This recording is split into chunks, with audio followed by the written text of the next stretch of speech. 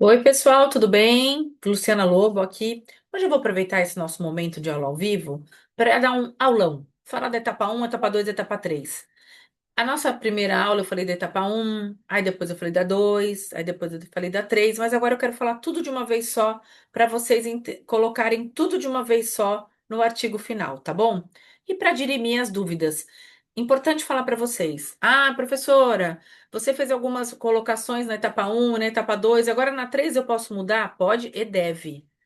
Já muda tudo na tua última postagem. Ah, Lu, e se eu mudar, você também muda a nota? Às vezes sim. Mudou, ficou perfeito, nananana, eu vou lá para adequar a nota, tá? Não se preocupem, eu sei que é difícil, eu também sou aluna. Falar, ai, não se preocupa com a nota. A gente se preocupa, é claro que a gente se preocupa.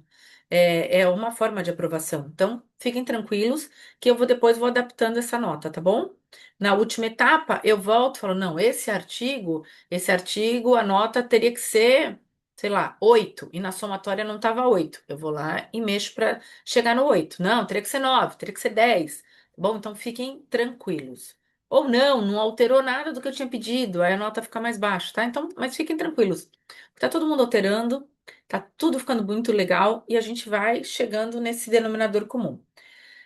Vamos lá colocar o slide do nosso aulão.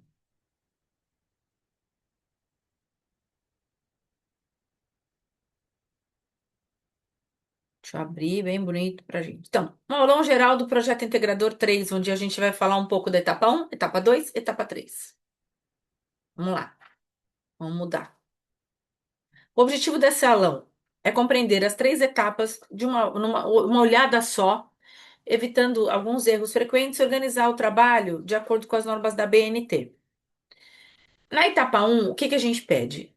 Vocês vão escolher, vocês já escolheram, mas vocês vão escolher uma empresa de capital aberto, uma sociedade anônima e que tenha seus dados no site da empresa, onde é uma fonte fidedigna, né, que a gente pode confiar, onde os dados da empresa vão estar lá. E aí vocês vão fazer o histórico dessa empresa, como ela foi criada, todo o histórico dela, pontos relevantes de atuação dela no mercado, aonde ela atua e conceitos doutrinários sobre esses pontos da empresa, tá?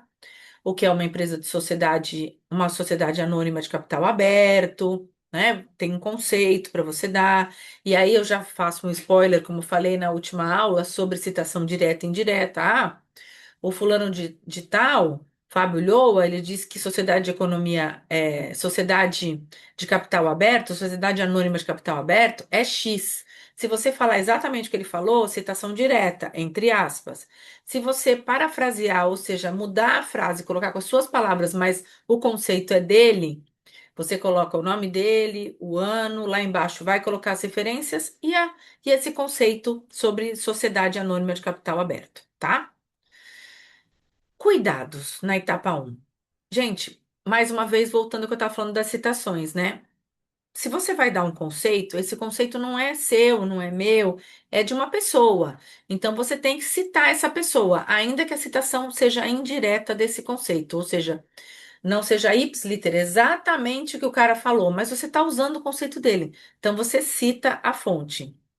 Tem que relacionar a teoria, os conceitos com a empresa que você escolheu, e como eu falei, é importante colocar as referências. Na etapa 2, o que nós vamos fazer? Análise financeira dessa empresa. Explicar como ela acontece, dar informações gerais sobre a análise financeira da empresa, como é a política contábil. Lua, onde eu acho isso, pelo amor de Deus? No site da empresa. E ali vão ter vários conceitos, até do que é uma política contábil. Você tem que informar por um doutrinador, por um jurista, o que é uma política contábil. Então, todos os conceitos que você apresentar, você tem que informar a fonte da onde você conseguiu esse conceito. Ainda na etapa 2, nós vamos falar sobre a inovação dessa empresa, sustentabilidade, como ela tem a colocação dela sobre sustentabilidade, como é a responsabilidade social da empresa, e o dialogando com os conceitos acadêmicos que você vai inserindo. Então, se você falar sobre sustentabilidade, você tem que explicar o que é sustentabilidade. Se você citar a responsabilidade social, que tem que citar, você tem que explicar o que é a responsabilidade social de uma empresa. E tudo isso tem doutrinador, tem jurista, né, falando sobre esse assunto, em livros, em artigos científicos, para você poder citar no teu projeto. É, Cuidado, gente, com excesso de gráfico. Senão fica só gráfico no artigo sem conceitos. E mais, toda vez que você colocar um gráfico, ou antes de colocar, ou depois, você tem que explicar esse gráfico. Tem que analisar o gráfico, tá? Então, cuidado para não colocar muito gráfico e ficar pouca fundamentação sobre essa empresa. E na etapa 3 o que que vai fazer? Vamos consolidar a etapa um e a etapa 2, ou seja, juntar tudo, né? Aonde vai ter o resumo, com as palavras-chave, o abstract, que é o resumo em inglês. Aí vem para a introdução. Dentro da introdução tem que ter objetivo geral, objetivos específicos, a fundamentação e as considerações finais do artigo. Então, na introdução, como eu falei, tem que ter o objetivo geral, os objetivos específicos, a justificativa da tua pesquisa, e no final eu acho bem legal colocar um último parágrafo explicando, olha, no capítulo um vai ter assim, no 2 vai ter assim, então nos próximos itens, né, nós vamos falar sobre isso, isso e isso dentro do trabalho. Para quem for ler a introdução, saber qual é o teu objetivo, o que esse artigo pretende, por que que você fez ele, ou seja, a justificativa e como ele está dividido, criar aquela vontadezinha de ler. Mais uma vez, eu coloquei aqui essa questão da citação direta e indireta, isso é muito importante. Apresentou conceitos, informa a citação direta, se foi citação direta, entre aspas, e quem falou. Se for citação indireta que você parafraseou, você também indica quem falou. Colocando as referências, lembra de numerar a página e no final faz uma revisão ortográfica. Nossa, o Word é tão bom, né? Para isso, ele mesmo vai lá clicando a revisão para minimizar erros. E para finalizar, deixo para vocês uma mensagem final de Platão.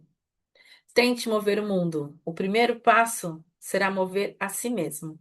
Acho isso muito importante, porque às vezes a gente fica olhando para o lado só e não olha para a gente. Então, a primeira coisa é esse movimento nosso pessoal.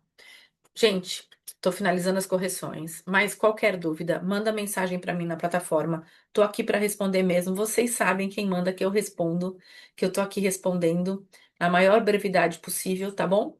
E é normal surgirem algumas dúvidas, por isso é só chamar, tá bom? Até mais, gente. Abraço.